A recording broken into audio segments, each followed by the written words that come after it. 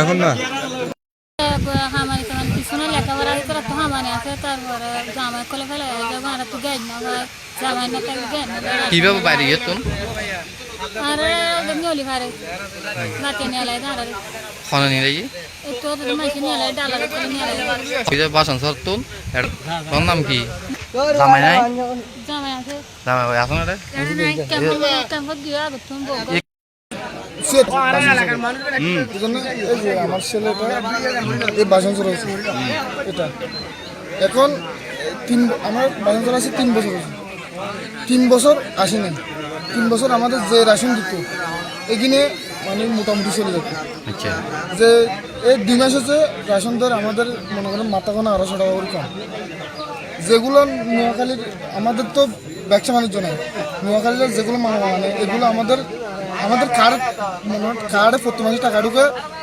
প্রথম ঢুকতো $15 এখন ঢুকে $12 $3 কমে গেছে ওরা কিন্তু মালের দাম কমায় না তো আমাদের যেদিন নয় 15 দিনও রেশন হয় না তো আমাদের ইনকাম থাকতো তো আমরা মনে করেন কাজকর্ম করতাম এই যে সরকারের যেগুলো এগুলো দিয়ে চলি মনে খাই এখন কিভাবে পাচ্ছ স্যার কত তুমি আমরা 7,000 টাকা হবে Hati ya sana pasang juru tos juga hono. Tempo. Pasang juru tempo tos juga. খরচা চলে গেছে Ukia tempo tos juga. কে কিনলে হয়ে গেছে Ji? ওকে কিনলে যেতে লাগে Ukia ara tu আমাদের উজহম মানে বাদাসে থাকে মুশকিল আমদনি নাই শাশরি নাই ইয়া হারনে ara কি করতে পারি উকিয়া tempo tos juga. দিদা আজিয়া মানে প্রায় আইনে লিদা যে 3 দিন জঙ্গলের মধ্যে ছিলাম এখন রোয়ানা বুড়ো দুটিতে 2টা বাজলতে এখন পর্যন্ত মুশকিল আসিতে 7-8 বড় মানুষ আর গুরু আসলে কিনে দনা নাই আসলে 3 দিন বলে আর উঠিতে একটা নিয়ান দই আমাদের অনরা বলল বলছে আমাদের রাখিও আর দিয়ার হন্দান বলে আমাদের আর না জানি আর দুজন কি কেসে দিচ্ছে হন্দান বলে আমাদের না জানি ওখানে কত নম্বর 59 ক্লাসটাতে আসলাম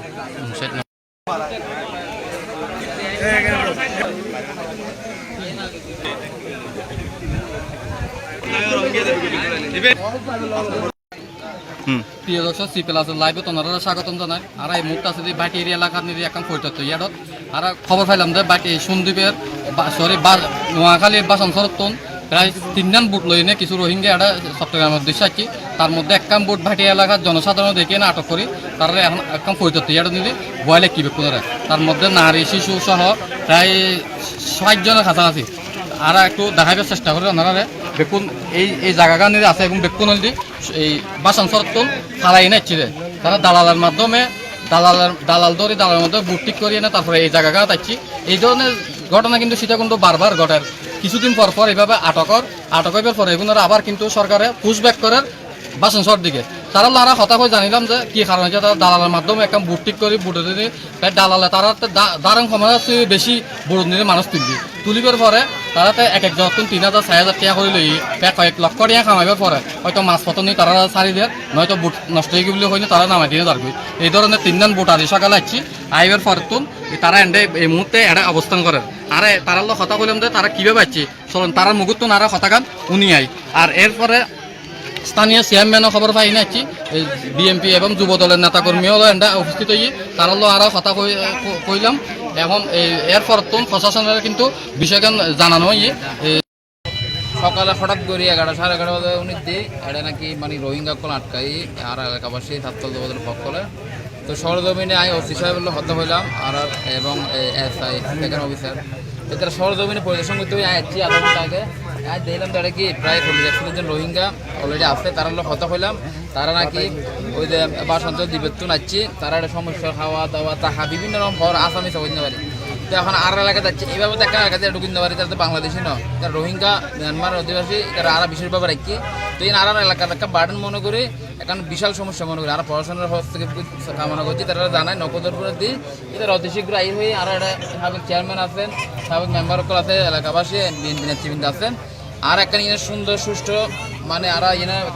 হোক সুন্দর সুরা হোক আর পুশব্যাক করে আলাদা জি জানি তারা প্রশাসন মাধ্যমে আবার পুশব্যাক করা হয় আর এর মাধ্যমে আর এখন এলে গাড়ি নামিয়ে ইয়ে তো নামে যখন হারিয়ে নাই তখন হাঁটতে দেখে যাওয়ার বেকনে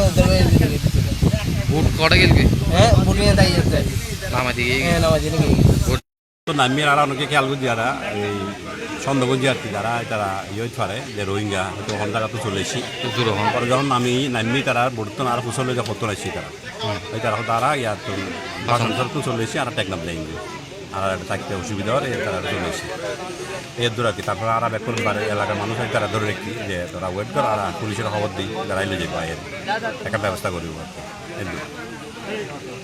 এলাকাবাসী আগেও চেয়ারম্যান আছিলেন, এখন বর্তমানে 5 আগস্ট চেয়ারম্যান নাই ফলাতো এই হিসেবে আর কুয়াশা বেকুন আর রিঙ্গনের পরে আইও সহযোগিতা আসছি আয়ের তারা আর মোটামুটি খানা পানি দিই সামান দিয়ে বয়লে কি এলাকাবাসী বেকুন আছে পরিষদের তো সুবিধা রয়েছি টিএ রুমও ধরো হই নবাইয়ের ফোন ধরলে ওসিরে 3-3 হই ওসি আইয়ের একদম হই এখন বেকুন আর বয়লে কি হনিকার যাইতে নদী আরও 2-3 দিন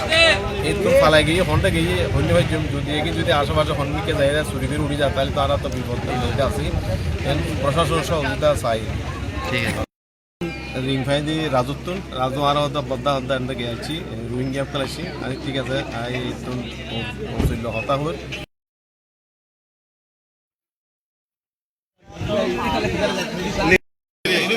স্থানীয় নৌ পুলিশের বিষয়গান জানাই আর জানাইবার পরে এই স্থানীয় ওসি সাহেবেরও জানা গিয়ে